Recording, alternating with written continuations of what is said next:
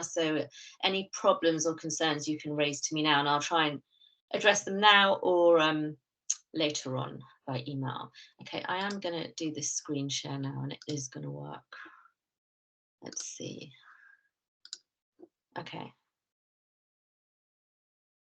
Right, so my video doesn't work during the screen share, which is why I had it off. Okay, so let's begin on this. So what are we going to do? We've got an hour and just under an hour and a half. And the aim of this workshop in the hour and a half is to help you frame VFM arguments and deliver the VFM sections of your evaluation reports. And what are we going to go through in order to do that? Well, I'm just going to do a quick recap on what exactly am I talking about regarding value for money. And the framework that I have set up for the GEC. There's lots of different value for money frameworks in different organizations, but I've tried to take the best out of other frameworks and set a really user-friendly, pragmatic one as much as that is possible with this complex fund. So I'm going to go through that and then go through the guidance. And there's three approaches: the light touch, moderate touch approach, and heavyweight. I'm not going to talk about the heavyweight today because that's really for another occasion. So just these two different levels of approach, and I'm going to provide you some examples from projects to see how it looks. A little warning, these slides are text heavy. This is a bit of a training course type webinar, so just bear with me. I'll try and make it as user-friendly as I can, but the whole point is it's designed to be a takeaway slide pack so you can just refer to it afterwards. Okay, so next slide. So what are we going to get out of this? Some takeaways. So often value for money in the GEC and elsewhere has just focused on costs and efficiency. And that is part of the story, but it can be quite a lot of work working out different elements of costs and quantifying efficiency. And how useful is that really? I don't think it's very useful. I think it misses out the main points of value for money, which you're looking at the value generated, the sustainability, which you're measuring anyway in your evaluations, and the equity focus.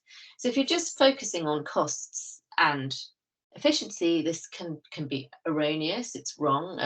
For example, a project which is highly efficient and economic looks like it's offering good value for money, but actually if it's targeting the wrong people and really not producing outcomes, there's no good value for money in that.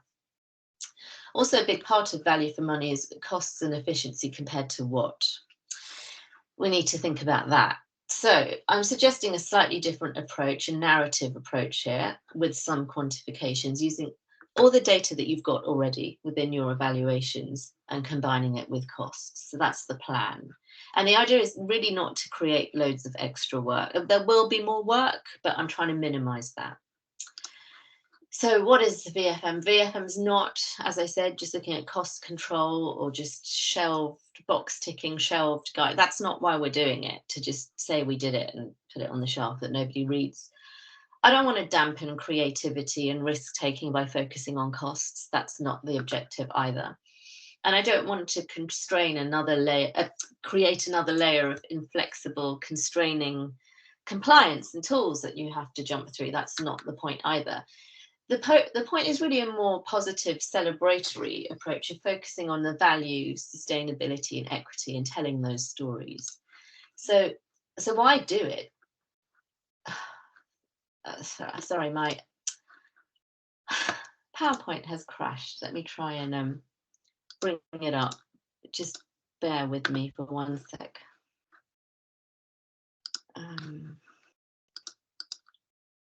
Sorry about this.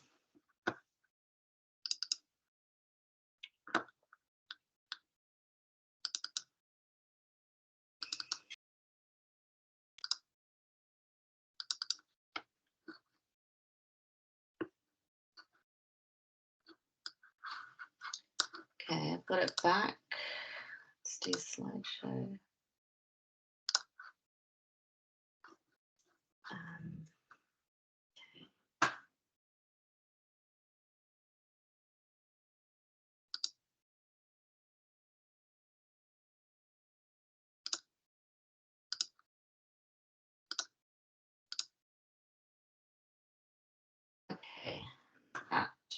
fine.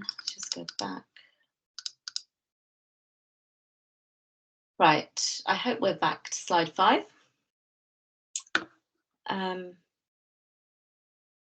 If I don't, I shall continue, assuming you can see slide 5.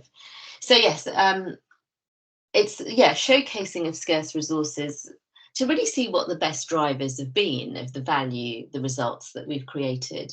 And the idea is to improve as we go along in the long term and learn from that. And this is useful for getting future institutional pipelines of funding to say, well, we achieved this at really good value for money, so therefore it's a good tool, a selling tool to get more funding. So the framework is very much based on the National Audit Office 4E framework, which has been used everywhere and is universally accepted. So it's just a results chain. So you have your costs, your inputs, your resources, which allow you to do your activities and create your outputs. And the whole point is to have some real changes here for outcomes and lead to impact. So your costs and your resources are your economy, measuring that, how you do things, how efficiently you do things. You're measuring efficiency. Effectiveness, it's creating the outcomes, and cost effectiveness is one of the most important things in value for money. So how much did you spend in order to achieve the outcomes?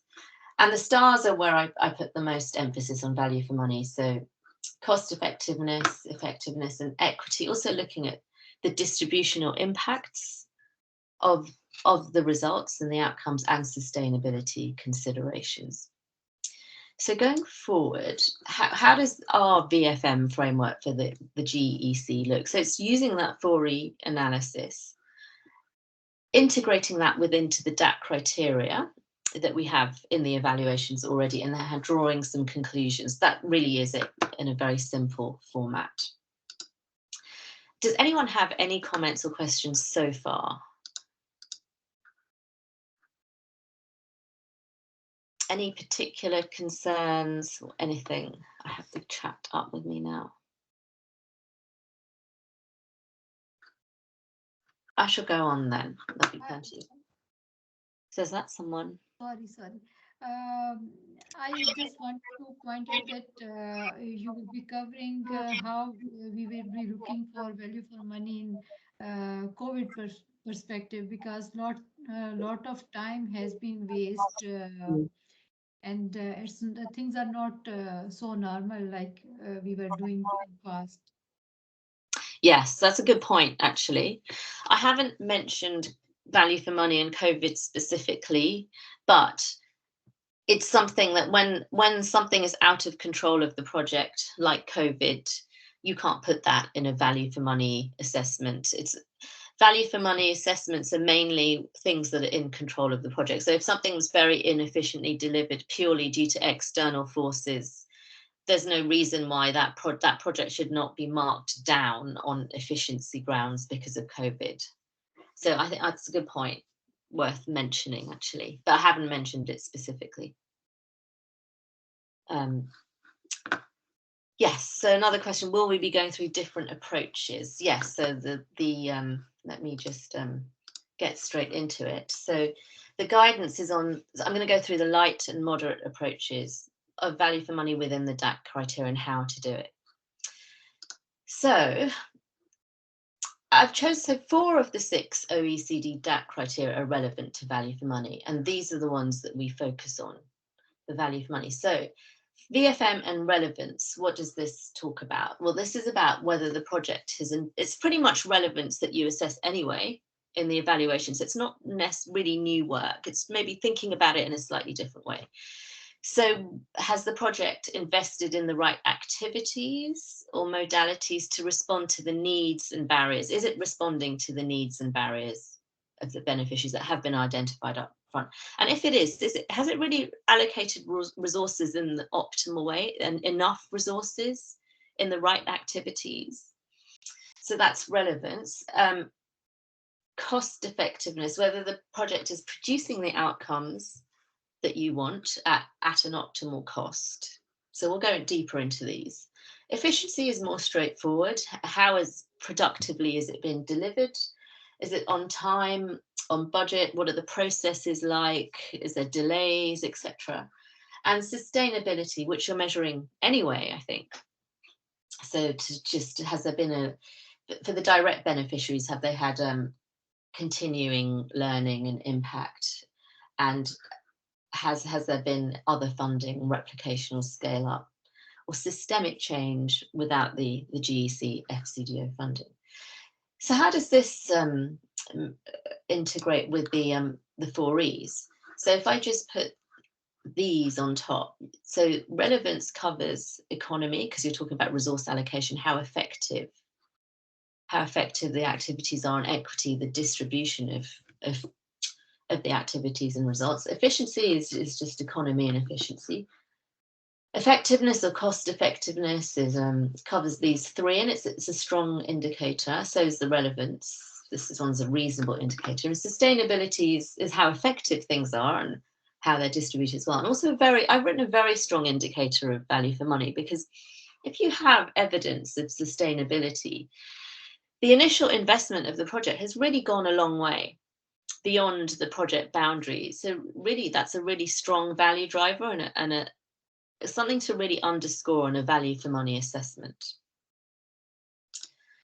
So let's just talk about the level of effort for evaluators or projects to do the analysis. So on this axis, on the x-axis, we've got the types of analysis and the level of effort required. And here we've got the confidence or the efficacy of the VFM findings. So this red line is the minimum level of confidence that we require. And this is where I place the light touch approach. If you wanted to do a bit more work, you'd have to do a bit more work, but you'd have better results. So the moderate touch and the heavyweight is really what it's looking at. A more quantified approach is what CAMFED did when they did their years of learning equivalent to and you need statistically significant results to be able to do that. So I put this green circle here, which is what I think was actually quite a lot of work, which is a sort of slightly old-fashioned way of doing things and doesn't really meet the minimum requirements of confidence, because I don't think that method really focused on value, sustainability, relevance, etc. I have a question. How will optimal be defined? So optimal what did I say about optimal? In connection to what, Shanaz?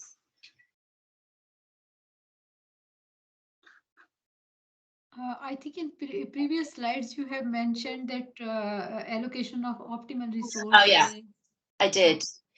Okay, so here relevance. Yeah. Let's go through it. I'll explain relevance in more detail and see if that answers your question. So just on this, what do I mean by a light touch VFM analysis in the evaluation report? What does it look like? So just in pragmatic terms, it's a couple of pages towards the end of the report. And most of it is a narrative assessment of value for money on these things: relevance, efficiency, effectiveness, sustainability, based on what you have already in the evaluation report, so repackaging it, and then adding a bit on costs. So cost per beneficiary per year is a very basic first stage metric. And then using all this information, can you do some concluding comments on whether the project represented good value for money overall? And it's useful to be able to benchmark this cost per beneficiary with something. The one I use as a first stage is of like the government costs on secondary school children, if that's relevant. You may not be able to cover all 4 DAC criteria, you just may not have enough evidence on it, so do what you can. And I'm going to write a few guiding questions on each of the DAC criteria, which you'll see in a minute, and you won't be able to answer them all, not in the light touch, they're just guidance. And the end line, the external evaluator should complete this, but I think they would need to ask extra questions to the project to fill in the gaps. And really it covers using all evaluation findings from the midline, the end line, the quantitative, the qualitative, and anything extra you have, any extra surveys or feedback. So that's the light touch. And why is that different to a medium touch? So the medium touch is just greater depth. So the main difference is there's just more on costs. So if we can have activity-based budgeting, that makes it much deeper analysis. If we know the costs of the different interventions, which is not straightforward, I realize that. And then this enables you to really comment on the different interventions within the project and how cost effective they are individually, or in certain combinations. The light touch will probably focus more on just the VFM of the project as a whole. And there's probably going to be more information on efficiency and process delivery in a medium touch analysis. And maybe you'll have a bit of time to do a bit of primary data collection, looking at efficiency, or just asking beneficiaries about which interventions they thought were cost effective or they thought were more efficiently delivered, or doing surveys, qualitative ones. This will enable greater confidence in the VFM judgments, and they are judgments. They are bringing together all the data and making expert judgments. And the efficacy of these approaches and judgments depends on the strength of the evaluation report. And I've said here feasibility of disentangling costs. So really whether you can do the activity-based budgeting and really assign expenditure and costs to the different activities that were done. So what does this do? So as I said, it's about drawing together all the evidence to conclude on value for money. So, I mean, I've just got a few general comments here on different types of information and evidence, and each piece of evidence it won't be statistically significant. It's going to be things like feedback, interviews. So each piece of evidence is not rigorous or robust by itself, but it is still relevant and credible. And when it's brought together with other pieces of evidence or information, we can paint a holistic picture with the costs included on value for money. And therefore, we can make expert judgments on the overall VFM performance of the project. And the whole point is to document lessons learned and to see what was successful and what was less successful and what we would do if we did it again. So we hope that everyone can apply the minimum light touch approach to all criteria. And some projects will be able to do moderate. And some have already done the moderate touch approach already. So I'm going to go straight into the light touch theory and examples. So what sort of questions, what are we looking at when we look at effectiveness for light touch? So these are sort of general questions to think about, how to think about effectiveness or cost effectiveness in a narrative way using the evaluation data. So do you think the project generated good value based on the results? Did the results meet, exceed, or underachieve against expectations? So really, you're trying to think about whether it was a good investment given the amount that was spent on the project. How was the expenditure? Was it in line with budgeted expectations, or were there deviations, underspend or overspend on certain parts of the project, certain interventions? And was there elements of the project, some interventions clearly driving more value than others? And did they cost more or less, or what can we say about that? So bringing all that together, what can we say about the cost effectiveness of the project? So this is really a narrative explanation, bringing together the value of that the project generated and the expenditure incurred. And I've just, number 6 here, I've just said, how does the cost per beneficiary per year, annual cost per beneficiary, compared to the annual secondary school cost per girl, which isn't relevant for all projects if they're not really doing formal education type interventions, but some are. Some projects are really working in marginalized areas with very marginalized girls. So, can we say that and justify this higher expense of cost per beneficiary? We need to say that in narrative form and really explain what the demographics of the beneficiaries are. So these are the kinds of things to think about for effectiveness. So relevance, what's the difference then? What are we going to think about in relevance? So did it broadly invest in the right things that we expected it to achieve in the longer term? Looking back on it now, was the project designed optimally up front, or could we have done it differently? And here's the question about optimal resource allocation in terms of, did it meet needs and objectives? So, sometimes we've learned that having a design that has really upfront high investment costs that aren't reversible, may not be the best way to do things, may not be the best way to use money. Is they create a lot of inflexibility in the project design, and then you can't change things if the context is changing. Or maybe we want to put some resources, we may look back and think we didn't put enough resources into distance teaching and learning, for example, and we should have done, because that's what was necessary. So it's about whether sort of forming judgments about how we allocate resources in line with needs and expectations, and addressing barriers that we know of, what the barriers, the parental barriers, transport barriers, social norms barriers, all those barriers. Are we putting enough money to really address those barriers, or not putting enough money in, or putting too much money in to some activities and not others? And also looking at, are we really putting enough money or not enough money into certain beneficiary groups? And then a kind of more programmatic, sort of practical question. Do we have the right staff and expertise to actually manage the projects? Did we allocate enough management or M&E or MEL resources?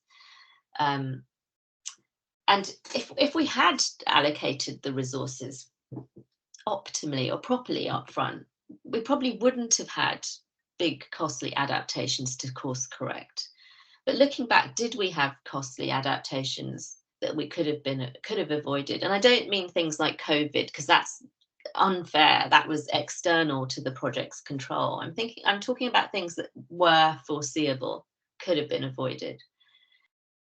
Yeah, so question 8, would you have recommended changing the resource allocation in retrospect?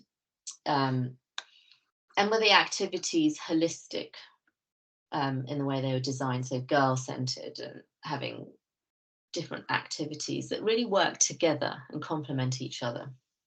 So it's relevance. Efficiency is more straightforward. So, how was it delivered, on time or not, on budget or not? Were there delays that were in or out of the project control? We just need to document that.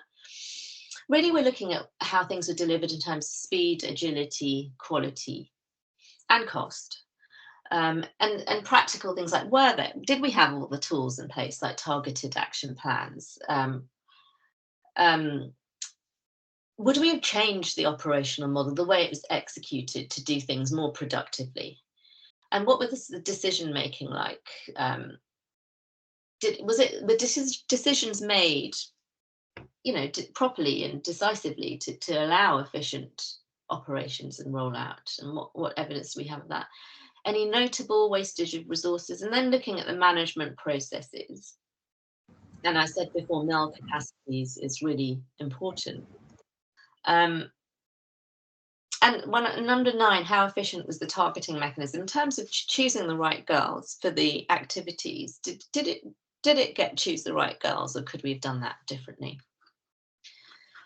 So these are the light touch efficiency research questions. And then finally, the light touch sustainability research, which is probably very much overlapping with what you're thinking anyway in your evaluations. So to what extent did the project contribute to sustainable outcomes? So at the girl level, to continue the provision of learning in the absence of funding, or just a permanent change in their learning, or prevention of learning losses. And then whether there's extra financing coming in through other means for replication and scale up. And then there's the whole social norms. Have there been any actual behaviour changes that are permanent, and ways of doing things that are different, and a new equilibrium? after this project. And how is the sustainability going to be different for different subgroups? So I think I'm just going to pause there before I go into examples. Yeah, does anyone have any comments or questions at this point?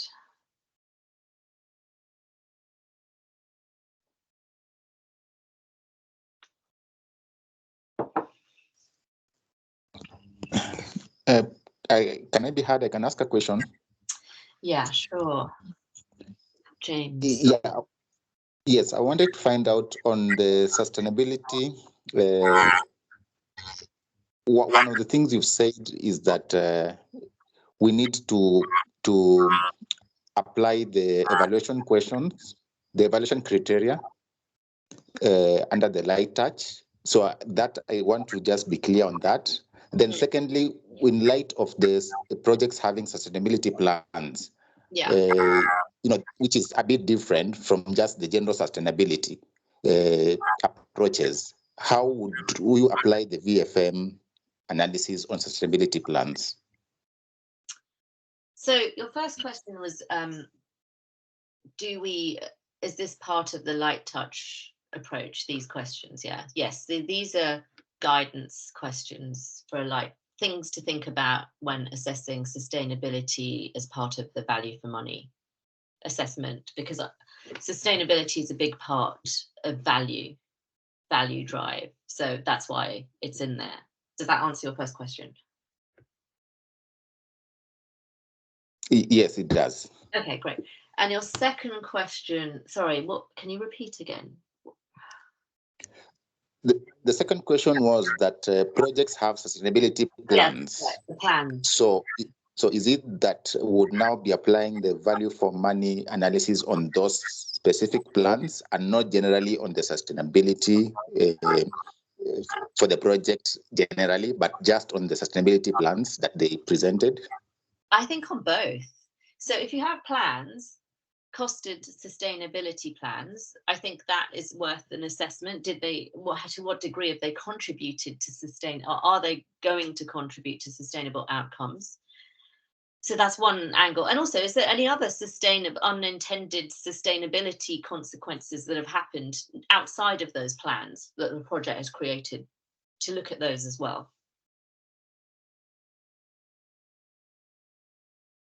Does that make sense? Okay, thank you. Okay, and we have a question.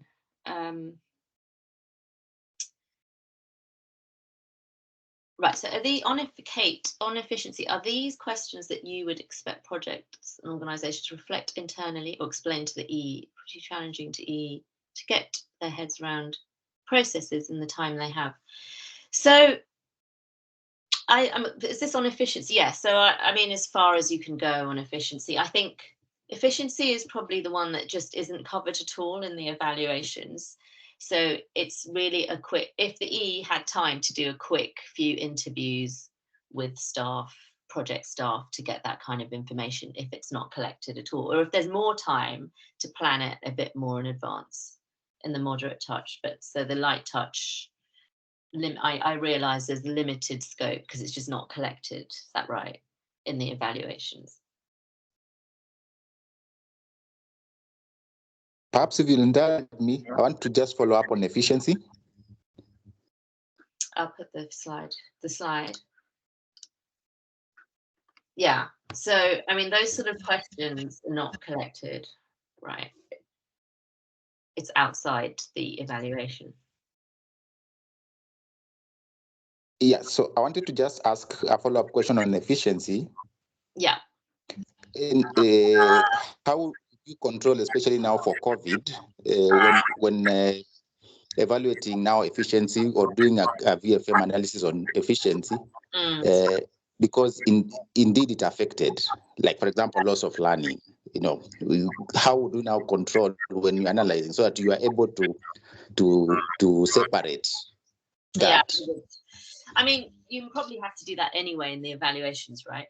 You have to control for COVID impacts on outcomes. And I would separate out the COVID external impacts that were completely out of control of the project. I would not put that down to project efficiency. I'd separate that out to external efficiency, external events that caused inefficiencies rather than project internal events, internal project management that caused efficiency or inefficiency. I hope that answers your question. Yeah, thank you. Okay, thanks.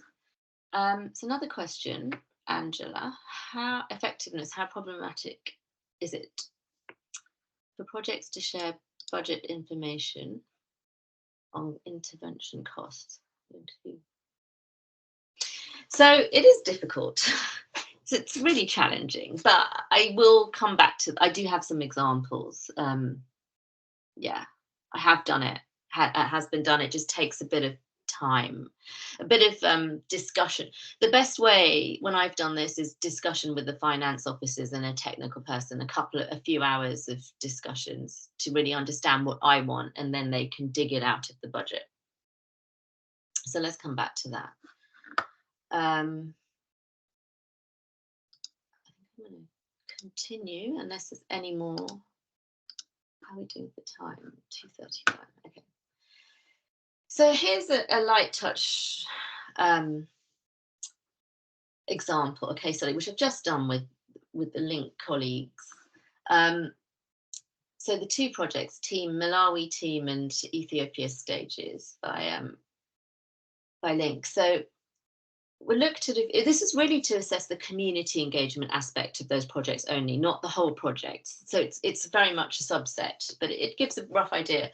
So the idea was to see the sort of the community engagement with the management of the schools. And on effectiveness, while it was too early to establish direct links, we just don't have the data for that yet, there were good perceptions that increased community engagement led to improved conditions for learning. So yes, a better responsiveness by the local government and head teachers to girls' education, and that was because of the community. And in Ethiopian stages, the COVID data was good here, that despite their being married during this closures, almost all of them were back in school. And there is a attribution of that to the community aspect of this and working together with the schools and the local government. And for Team Malawi, the traditional leaders' involvement was associated with a decreased rate of student absenteeism. So here's just some examples of how to frame the arguments. And for the same project, we concluded it was cost effective. We looked at the costs. So the community aspect was about 10 to 15%. So we looked at the activity-based budgets and worked out it was roughly between 10 to 15% of project budgets, which cost per beneficiary is at £5 and £43 per beneficiary per year for the community aspect only. And on the same two projects, yes, the relevance, it was relevant what they were doing because it really looked at it addressed what was needed, which was accountability, problem solving, and using the community knowledge to achieve these was a good way of doing things, and the knowledge and expertise. And the cost efficiency was there. It was these projects were resource efficient because especially for stages, it's using the existing government systems rather than creating parallel systems. So that's really a really good way of doing things, a good use of resources. And there was economies of scale and scope in the team project. And there's some promising signs of sustainability because the government have mentioned that they may want to adopt some of the activities, for example, the mother and father groups for stages. And there may have been some early indications of behaviour changes by the parents in terms of their attitudes towards girls' education in Malawi. So just some broad brush examples here. And I don't know if any of the Link colleagues want to add anything at this point to their projects before I move on. I think they're on the call.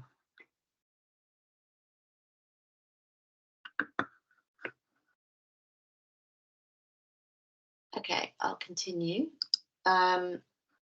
So these are just some other examples, light touch examples of effectiveness from different projects. So no specific project. So here, this is about optimal combinations of activities. So in this project, we concluded that the combination of activities or interventions were optimal because, actually, this is a non-GEC project. It's one I worked on before in Kenya on child marriage. What we concluded was that layering the additional interventions together was actually quite, each time you layered on another intervention, there was a low marginal cost. And together, the interventions increase learning outcomes compared to if you did those interventions alone. So if you did those interventions alone, you'd have less outcomes and they would cost more because you didn't have the economies of scale or economies of scope aspect. So that was really effective. So it's looking at the results, the outcomes, the RCT data on that one, on outcomes, and looking at the costs of the different interventions. Actually, it's probably maybe not a light touch approach. That's probably a bit more involved, but anyway, it gives you an idea of the kind of things to look for. The second one here, for this project, we found out that the life skills and summer schools interventions actually drove value more than the other interventions. And here there was an equity focus. This project really focused on the most marginalized girls, and that was the effective use of money in offering goods. So the results were on the most marginalized girls. So that was a good use of money to put most of the funds into that. And this one, the homework clubs didn't really make any difference to the learning outcomes. Other interventions did in that project. So this wasn't cost effective. That was the lesson there. So here's some light touch, some observations from various projects on relevance. So this project, it addressed barriers quite well. It was highly relevant because it addressed the multiple barriers to girls' education and piloted innovative ways of increasing the scale of the community-based education. So, for example, through successful multi-grade CBE cohorts. This project, it met the needs of girls with disabilities. It included them in the program, and the methodology, the design of the program and the interventions was well received and adapted, and it really met the needs of those children. And so this project, the story here is that it reached the right people. It had really good monitoring processes in order to do that, and it worked with government workers, and that design allowed it to reach the most marginalized girls in the most efficient way. So, and this one responded to the context, had really good data triangulation methods and systems, and the data allowed the project to consistently review and adapt programming to respond to the unique contextual challenges and the program concerns. So let's move on. So we have another set of examples on efficiency. So this project, it used existing resources. Instead of producing its own distance learning materials, it promoted government resources, which is much cheaper, and it used government employees to create awareness at the household level. So it was very efficient. This project it was a very technologically driven project, and it had needed a big investment of funds at the beginning.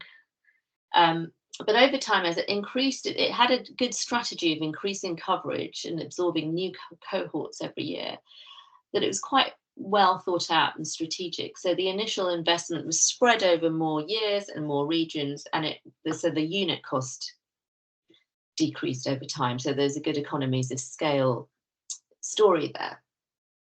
This project really listened to the beneficiaries, the girls and their communities, and adapted the project accordingly. So the project was more efficient because of that. And same sort of story here. It was a very adaptive and reflective project. Also did well in that because of the adaptation and reflection during COVID. It was efficiently delivered, operational. Any other questions?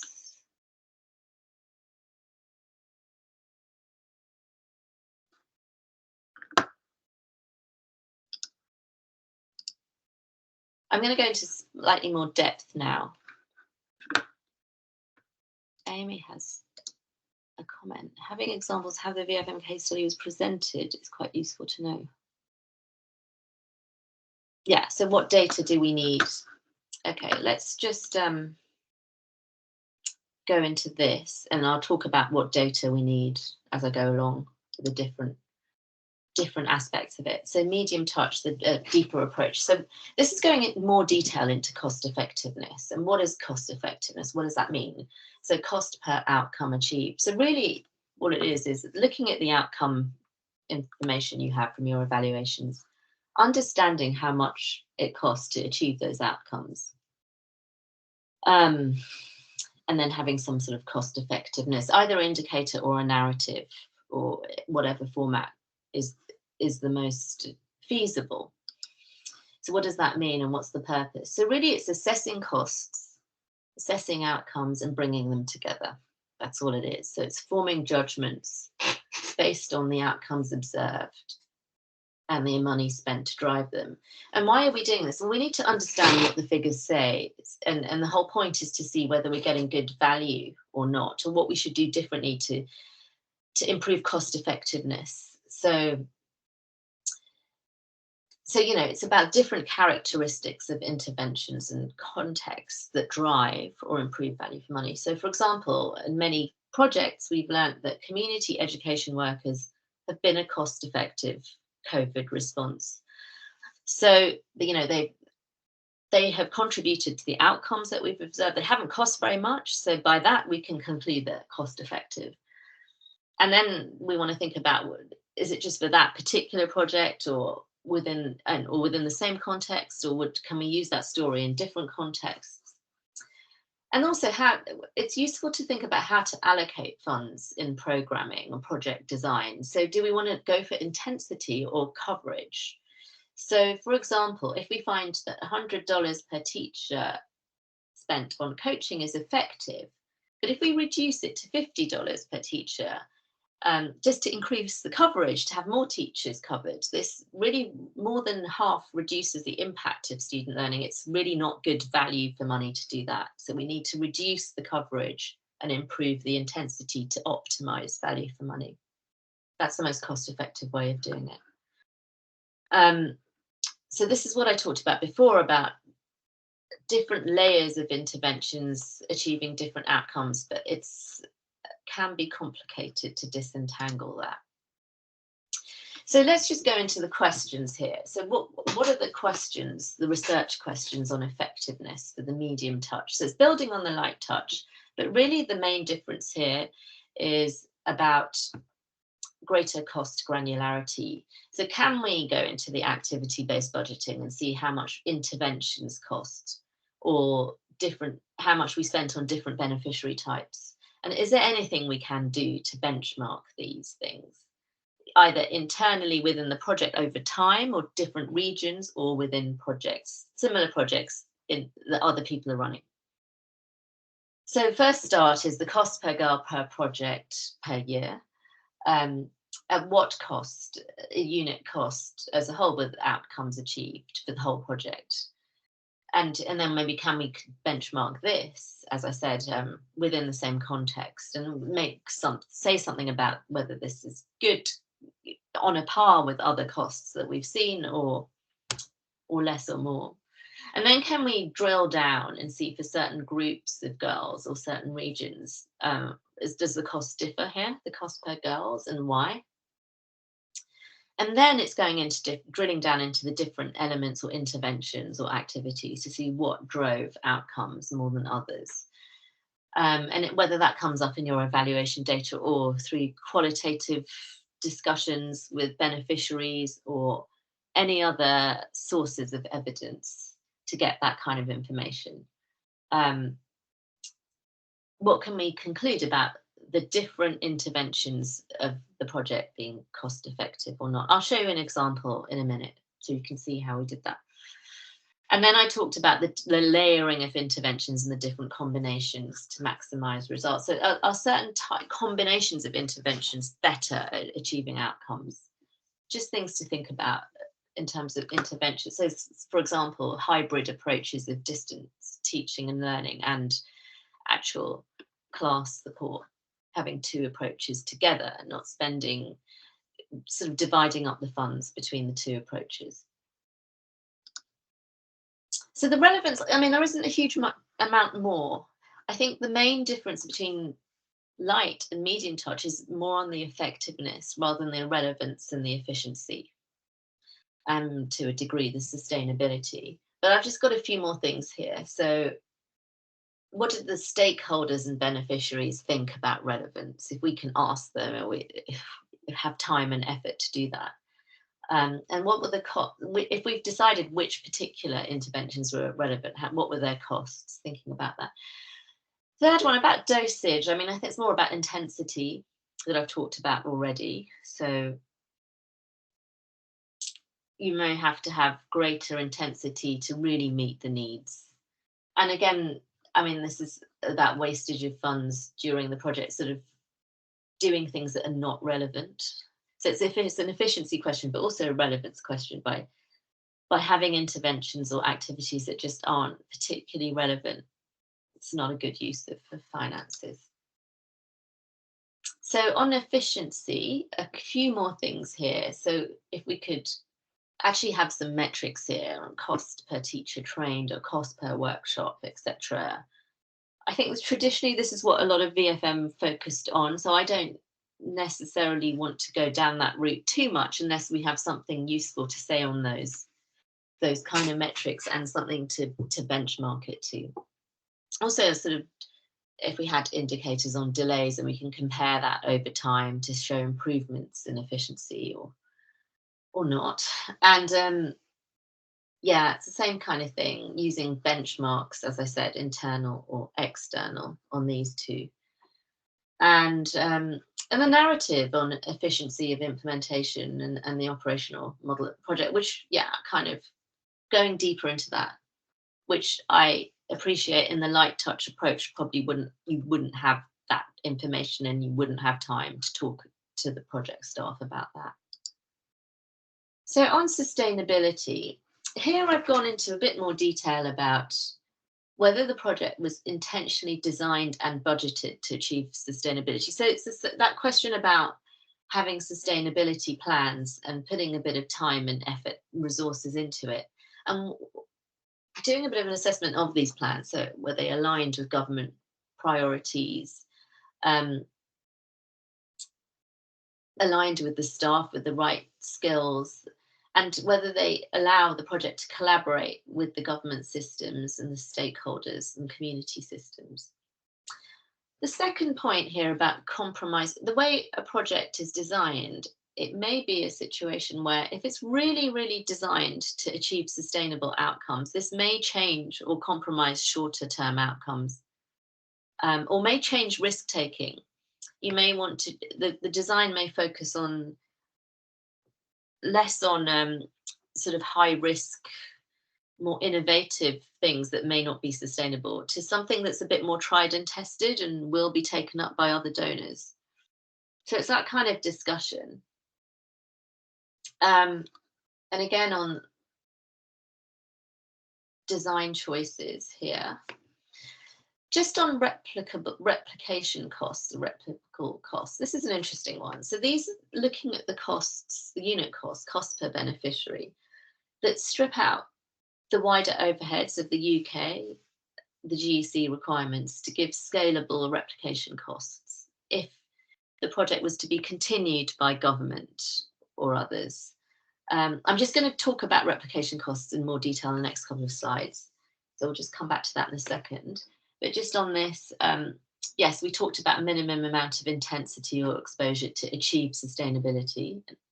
So sometimes you just have to spend more, and it's justifiably more to get sustainable outcomes. If you spend less, you may get shorter term outcomes that won't be sustainable. It's that kind of discussion. And yes, the project design features, this is again the sustainability plans that James brought up to encourage sustainability and talking about that. So just on replication costs, so what does that mean? So we look at the cost per beneficiary, we take away the overheads, if the government were doing it, they wouldn't have to deal with the GEC or the partner countries' overheads. You take those out. Then number 2, refine the costs even further. If you know anything about efficiency and certain things would have been done in a more efficient way, so you take those lessons on board and take out those costs. Then if you know something about cost effectiveness from your analysis, you know that some interventions didn't, like the homework clubs in that example, didn't achieve anything, so we take those out, reduce the costs even further. And then if the scale increases, or know something about government infrastructure costs, we further refine those costs to create a scenario that exploits the economies of scale of the lower unit costs.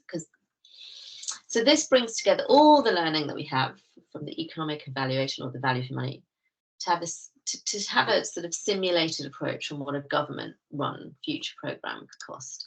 And here's an example of how it looks. So this is our cost at the moment with the project.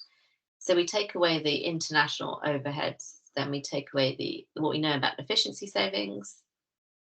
Then we know that some elements were not cost effective, so we take those away. And the sort of mustard color one, we take away the unit cost decreases because we've got greater scale. And this is our unit cost per girl through government systems in scenario 5. Yeah. So this is an interesting exercise to do as a sustainability feature. I think I've lost a few slides. It's a bit strange. Yeah, I have lost a couple of slides. I had another slide on activity-based costs. But anyway, what I was trying to say was that activity-based costs are basically the direct costs of an activity, an intervention, and then you have to allocate overheads onto that. So if an activity, so this example, the project created a literacy and numeracy worksheets, which facilitators were teaching the girls in small groups. So we want to know the activity cost of that. So what are the direct costs? Worksheets, facilitator time, and group venues. Say that out of all the direct costs, if that activity was 20%, how much of the overheads do we allocate? So this is the management time, the broader other overheads, travel, other mail time, that kind of thing. How much do we allocate? How do we allocate the overheads? Is it 20% to match that figure, or is there another way of doing it? We could ask, it could be a different way. The management may have spent more time, management and technical team may have spent more time on this particular intervention than others. So maybe we should add it in. If they say they spent 30% or 50% of their time on it, then we add 30% of overheads onto this and take it away from other interventions to balance it. That's just a very quick guide to activity-based costing. Any questions so far before I go into a case study at the moderate approach? I do have a question, if that's okay, but perhaps easier to speak rather than type out, if that's okay with you. That'd be great. Yeah, thanks, Isabel. In terms of the sustainability component, the examples you've given are really, really clear. Thank you for that, because I often find it's one of the hardest ones to evidence. The issue that we have with the concept, with the background of an LNGB project, is that, of course, a huge part of sustainability is measuring changes in social norms. And you use the language in the light touch where you were talking about permanent changes. For our projects, our external evaluation is only of cohort 1. And as you can understand, when a project is new in a community and you're trying to get across quite radical ideas about sexual health and maybe sexual violence and GBV, and you're trying to create not only community dialogues, but community action plans. Of course, you can evidence that the activity is taking place and there's a sustainability component. But often when you're doing the evaluation, the actual proportions in the community who are showing uptake is quite slow. And even though there may be progress after a couple of years, if you're doing the evaluation, 6 to 9 months afterwards, it could actually show negative data rather than positive, because the uptake might not be as quick. But of course, that's expected because these changes in social norms do take quite a long time. So I was wondering if you had any recommendations of how to evidence this without actually disadvantaging the project evaluation. Yeah, it's a very difficult one. I mean, it's almost impossible, really. There's attitude changes that can be picked up in CAP surveys, but that's not the same thing as behaviour changes. So the first stage is to look at attitude changes and then try and work out how likely that is to result in behaviour changes. And I think all you can do is think about contributions to sustainable outcomes. I don't think you can actually, in a short time frame, it's too lofty an expectation to say, oh, we will change social norms. That's just not going to happen in a short time scale. So it's just about whether it was set up or to really sort of make some contributions, lay the foundations for sustainable change, I think, and sort of triangulate some of the data with more in-depth interviews, I guess. I don't know. Does that make sense? I mean, I think what needs to be done is post-closure project completion monitoring coming back at a later stage. It's these short-ish term evaluations can't really do that. So it's really as far as you can get, I think, being realistic.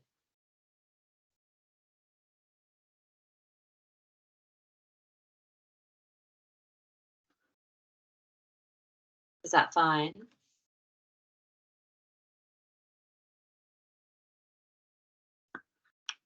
Okay. Anyone else?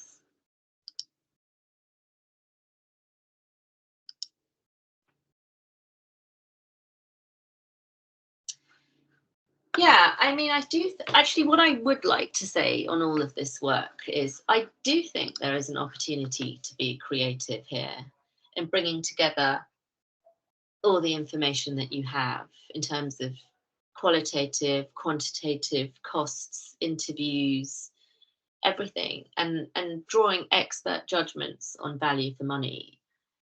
You know, I mean, judgments that you're happy to say in public you think are on balance correct judgments, but I think there is an element of being creative and pragmatic here because we don't have perfect data on this, and value for money is a little bit, it's bringing together lots of different angles. It's not just looking at one data point, one precise measure.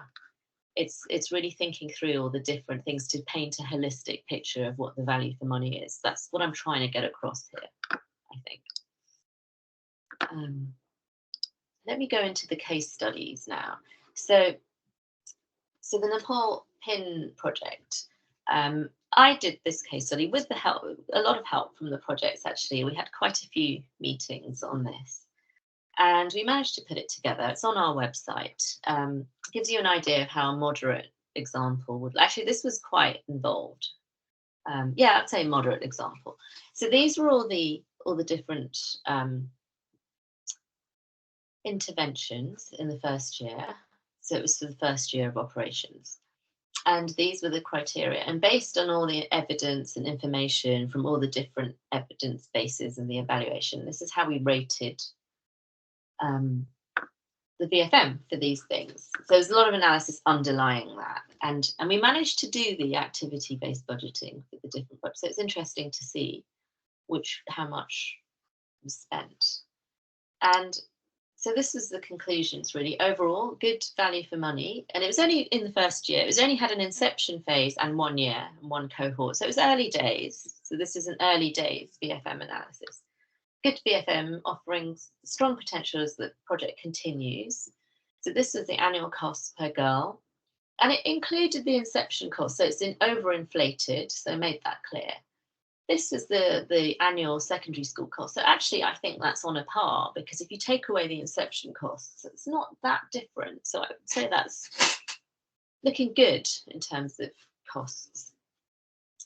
So the finding on relevance was particularly the learning classes and the distance teaching and learning. The blended approach was really relevant because it really addressed the barriers effectively and against the backdrop of COVID.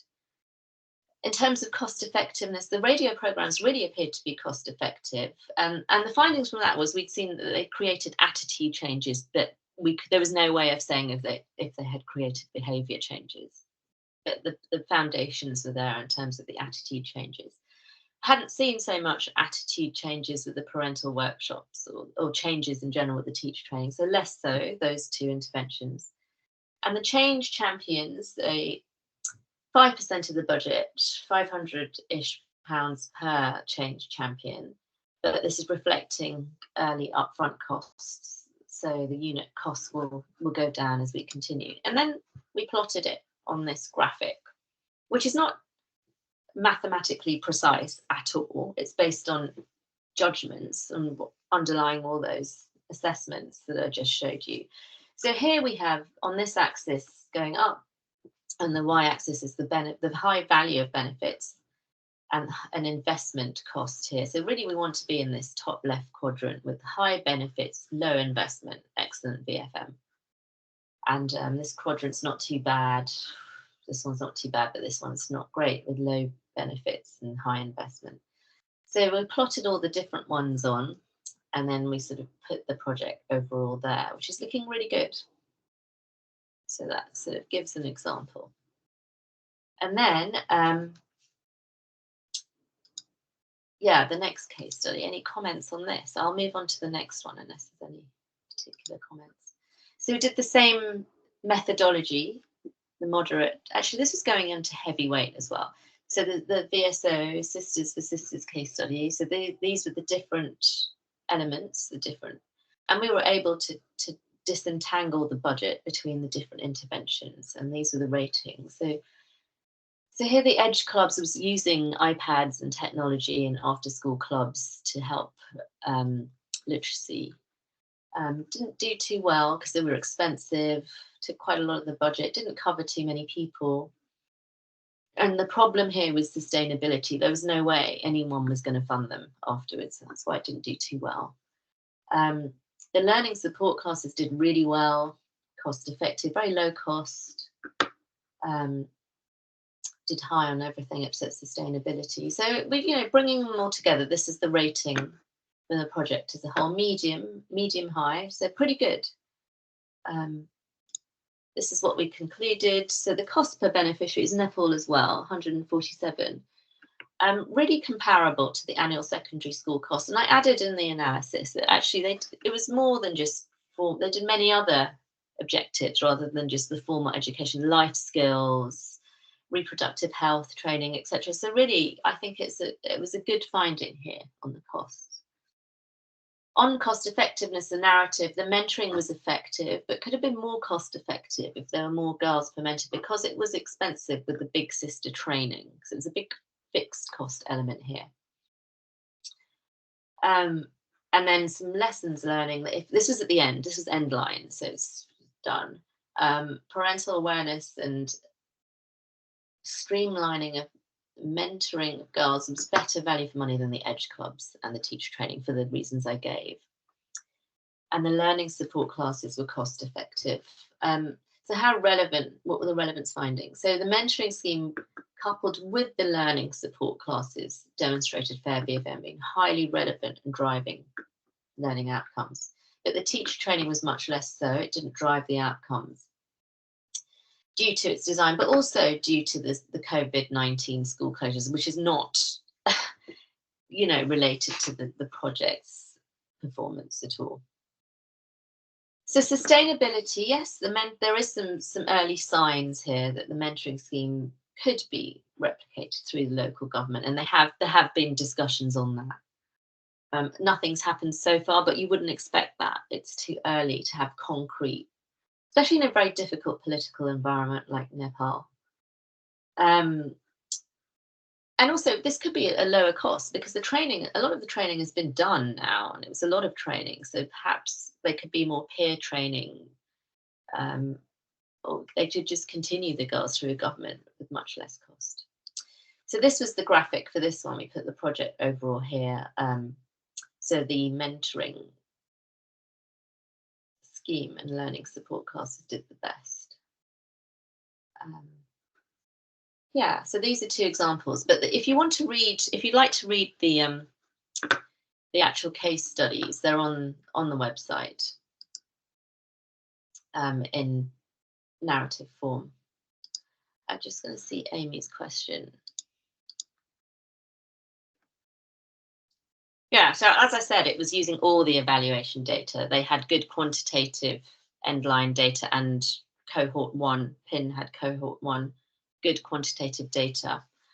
And yeah, it was all regression results. And it was mainly the evaluation report rather than monitoring data. And I did a lot of interviews with the project staff to understand the budgets.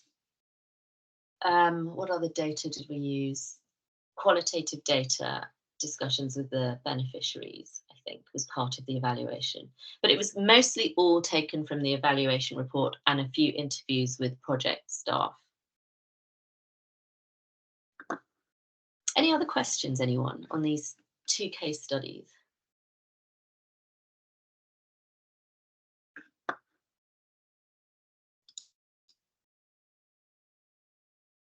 I've got a few more examples. Angela, let's see. Well, you mentioned donors prefer tried and tested innovations. Yeah, it's a question about linking it to the right balance, really. Yeah. So VFM has to, it's important to think about innovation, experimental. If you're doing an innovative project, you have to sort of factor in a bit of a failure rate. Because if you don't, if it's all working out, it's not failing, then you're not really pushing the boundaries enough for innovation. So I think that just has to be stated up front, that this is an experimental project, and the objective was to have innovative activities and interventions, you know, with taking more risk to potentially learn more for future. So it was more of a piloting approach rather than a sort of tried and tested methodology. I think that has to be stated in the VFM analysis, that we are compromising a bit of cost here and a bit of risk. We are putting some risk in to really, if we want the experiment. It comes under something that something that takes risk and has potentially factoring in a failure rate does not mean it's not good to VFM, because it might result in a bit of wastage of funds of things that didn't work. That shouldn't be penalised under VFM if the objective up front was for risk taking and innovation. Does that make sense?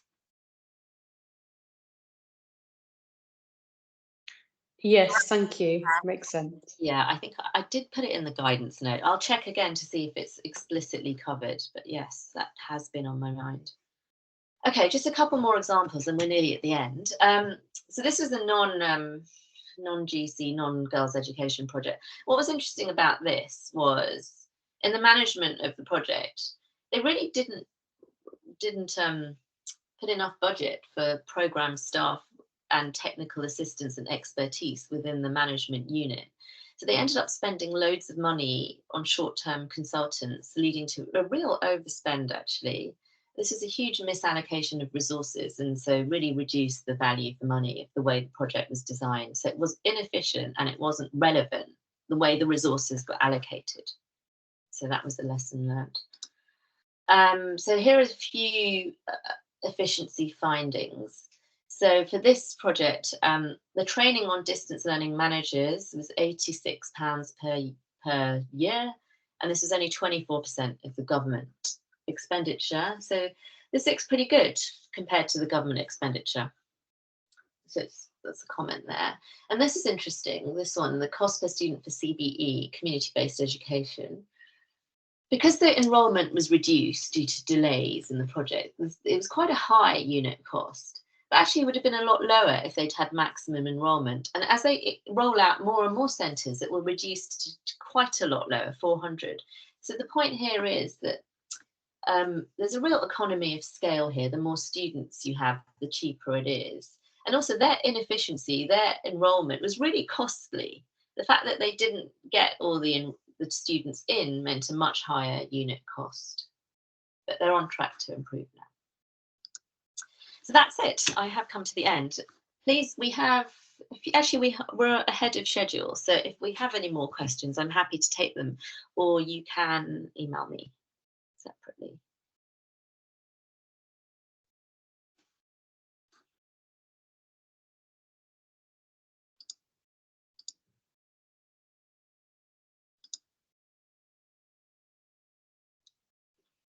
It's getting dark here.